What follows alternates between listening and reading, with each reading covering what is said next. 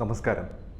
ഗണിതത്തിൽ 100-ൽ 100 നേടിയിട്ടും south point സ്കൂളിലെ ഈ വിദ്യാർത്ഥി കലാവിഭാഗത്തിലാണ് പ്രവേശനം നേടിയിരുന്നത്.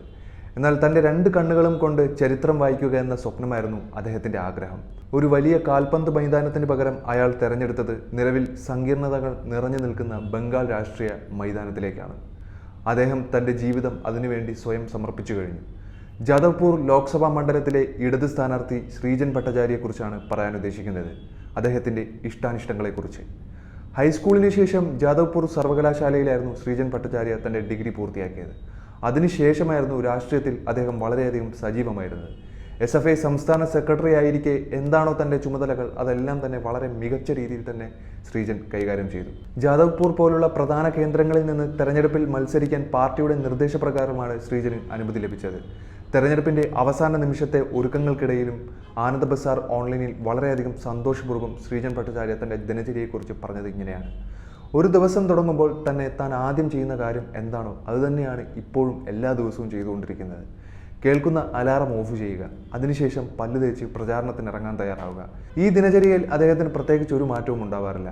ഭക്ഷണപ്രിയനായ തനിക്ക് പ്രചാരണത്തിന് പോകുന്നത് കൊണ്ട് അതിനൊന്നും സമയം ലഭിക്കാറില്ല എന്നാണ് പറയുന്നത്. പക്ഷേ അദ്ദേഹം അതിനെ ഒരു പരാതി പറയുന്ന പോലെയൊന്നും അല്ല പറഞ്ഞിരിക്കുന്നത്. എന്നിരുന്നാലും അദ്ദേഹം പ്രചാരണത്തിന് പുറപ്പെടും മുമ്പ് ചതുർ ഷർബത്ത്, വെള്ളരിക്ക, പിന്നെ കുറച്ച് വെള്ളവും കുടിക്കുന്ന പതിവുണ്ടെന്നും വ്യക്തമാക്കുന്നുണ്ട്. താൻ രാഷ്ട്രീയത്തിൽ വന്നില്ലായിരുന്നുവെങ്കിൽ ഒരു കോളേജ് അധ്യാപകനായിട്ടോ അതിനു മുമ്പ് ഫെലൂദിയ വായിച്ച് ഒരു കുറ്റാന്വേഷകനോ പിന്നീട് കാൽപന്ത് കളിക്കാരനാകുമെന്നായിരുന്നു ശ്രീജൻ പറയുന്നത്. ചില കാര്യങ്ങളിൽ ശ്രീജന് വളരെയധികം ഭയമാണ്. അതിൽ പ്രധാനിയാണ് ഇരുട്ട്. കുട്ടിക്കാലത്ത് ഒരുപാട് പ്രേതകഥകൾ വായിച്ചതിൻ്റെ ഫലമാണ് ഇതിൻ്റെ കാരണമെന്നും ശ്രീജൻ നർമ്മത്തോടെയാണ് പറഞ്ഞു വയ്ക്കുന്നത്.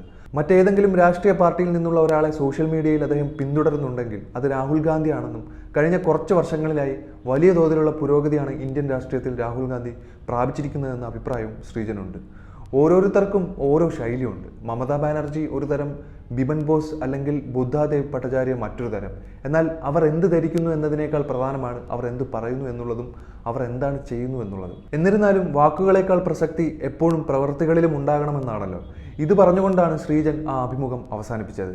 ബംഗാൾ ഇടതുപക്ഷത്തിൻ്റെ കരുത്തനായി മാറിയിരിക്കുകയാണ് ജനങ്ങളുടെ പ്രിയ കമ്മ്യൂണിസ്റ്റ് യുവ നേതാവ് ശ്രീജൻ ഭട്ടാചാര്യ.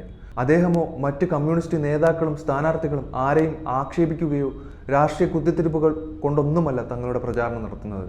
സാധാരണ ജനങ്ങളിലേക്ക് ഇറങ്ങി അവരുടെ ഒപ്പം നിന്നുകൊണ്ട് അവർക്ക് ബന്ധിപ്പിക്കാനും ഒരു അഭിപ്രായ പ്രകടനങ്ങൾക്കുള്ള അവസരങ്ങളൊക്കെ ഒരുക്കിക്കൊണ്ടുള്ള പ്രചാരണ രീതികളായിരുന്നു ബംഗാൾ CPM മൊത്തത്തിൽ ഒരുക്കിയിരുന്നത്. ഒരു പ്രചാരണ തന്ത്രങ്ങളും കൂടാതെ തന്നെ തങ്ങൾക്ക് ജനപിന്തുണ ലഭിക്കുകയും ചെയ്യുന്നുണ്ട്. അതിൻ്റെ ഫലം പ്രചാരണ റാലികളിലും റോഡ് ഷോയിലൂടെയും നമ്മൾ കണ്ടതുമാണല്ലോ.